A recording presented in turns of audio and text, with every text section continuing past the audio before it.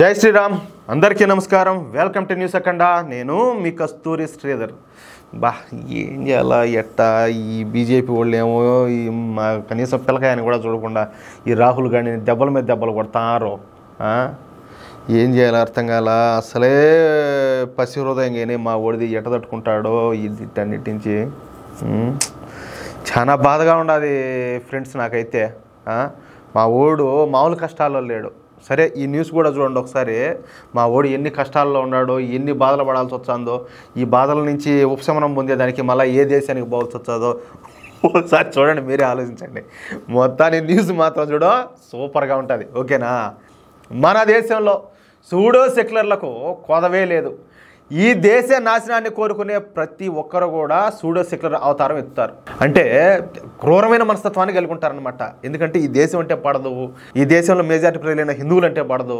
అసలు వాళ్ళు సపరేట్, అదొక జాతి అనుకోండి. ఇక గత సంవత్సరం జరిగినటువంటి పార్లమెంట్ ఎన్నికల ఫలితాలు వచ్చిన తర్వాత సూడో సెక్యులర్ల ఆనందం అంతా ఇంత కాదు. అసలు సూడో సెక్యులర్ ప్రపంచంలో అంత ఆనందమైన క్షణాలను ఈ దరిద్రులు ఎప్పుడు కూడా అనుభవించి ఉండరు. అందుకు కారణం ఎంత తెలిసినా, భారతీయ జనతా పార్టీ మెజారిటీ స్థానాలను సంపాదించలేకపోవడమే. అనుకున్న లక్ష్యం కన్నా భారతీయ జనతా పార్టీ చాలా వెనకబడి కేవలం 240 స్థానాల దగ్గరే ఆగిపోయింది. దీంతో ఇక ప్రపంచంలో మొత్తం మీద ఉన్నటువంటి ఈ సూడో సెక్యులర్లు అంతా కూడా పండగ చేసుకున్నారు.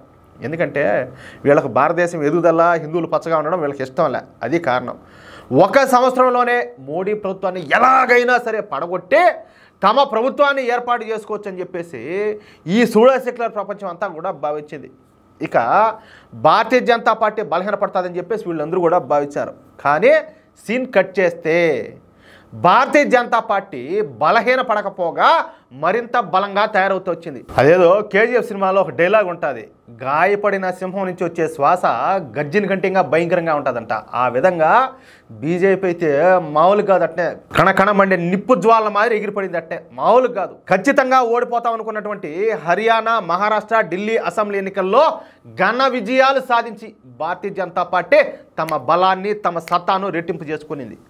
ఒకదాని తర్వాత ఒకటిగా విజయాలు సాధిస్తా బీజేపీ మరింత బలాన్ని పుంజుకుంటుంది. పైగా కాంగ్రెస్ పార్టీకు అనుకూలంగా ఉండే ఇండియా టుడే మీడియా సంస్థ చేసినటువంటి సర్వేలో ఎప్పటికిప్పుడు ఎన్నికలు జరిగితే భారతీయ జనతా పార్టీకు స్పష్టమైన మెజార్టీ వస్తుందని, బీజేపీ ఒంటరిగా 281 స్థానాలు సాధిస్తుందని, ఎన్డీఏ కూటమి 343 స్థానాలు సాధిస్తుందని చెప్పేసి ఈ సర్వే రిజల్ట్స్ అయితే వచ్చినాయి.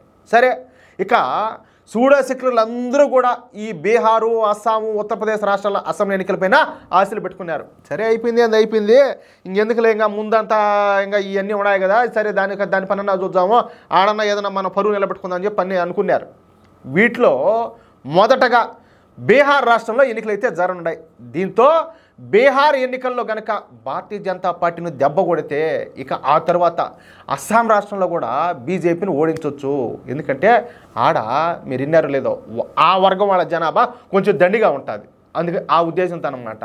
అదే జరిగితే అత్యంత కీలక రాష్ట్రమైనటువంటి ఉత్తరప్రదేశ్లో యోగి ఆదిత్యనాథ్ను తేలిగ్గా ఓడించవచ్చు అని చెప్పేసి ఈ సూడో సెక్యులర్ల కూటమి అయితే భావిస్తూ వచ్చింది. అయితే ఇప్పుడు ఈ సూడో సెక్యులర్ మేధావులు, pseudo secular media, pseudo secular పార్టీలకు యశ్వంత్ దేశ్ముఖ్ అనే ఒక భారీ షాక్ ఇచ్చినాడు. ఇంతకు అసలు ఎవరు ఈ యశ్వంత్ దేశ్ముఖ్ అనేది ఒక 2 ముక్కల్లో మీకు చెప్పే ప్రయత్నం చేస్తా. మన దేశంలో అత్యంత ప్రసిద్ధి చెందినటువంటి ఎన్నికల సర్వే సంస్థ అయినటువంటి సి ఓటర్ సంస్థకు యజమానే ఈ యశ్వంత్ దేశ్ముఖ్. నిజానికి ఈయన కూడా కాంగ్రెస్ మనిషే. ఈయన కూడా కొన్ని సూడో సెక్యులర్ భావాలు ఉన్నాయి. అయినప్పటికీ ఈ యశ్వంత్ దేశ్ముఖ్ ఇప్పుడు కొన్ని సంచలన కామెంట్లు చేసినాడు. ఇక్కడ సంచలన కామెంట్లు అనడం కన్నా నిజాలు చెప్పినాడంటే ఇంకా బాగుంటుంది. సరే, ఈ సందర్భంగా ఈ యశ్వంత్ దేశ్ముఖ్ మాట్లాడుతా, వచ్చే బీహార్ ఎన్నికల్లో భారతీయ జనతా పార్టీ కూటమి ఘన విజయం సాధించనున్నది. బీహార్లో కాంగ్రెస్ పార్టీ ఆధ్వర్యంలోని ఇండి కూటమి బీజేపీ కూటమికి పెద్దగా పోటీ ఇచ్చే పరిస్థితిలో కూడా లేదు. మొత్తంగా 240కి పైగా స్థానాలు ఉన్నటువంటి బీహార్లో 4/3 స్థానాలను బీజేపీ కూటమి అయితే కైవసం చేసుకొని ఉన్నది.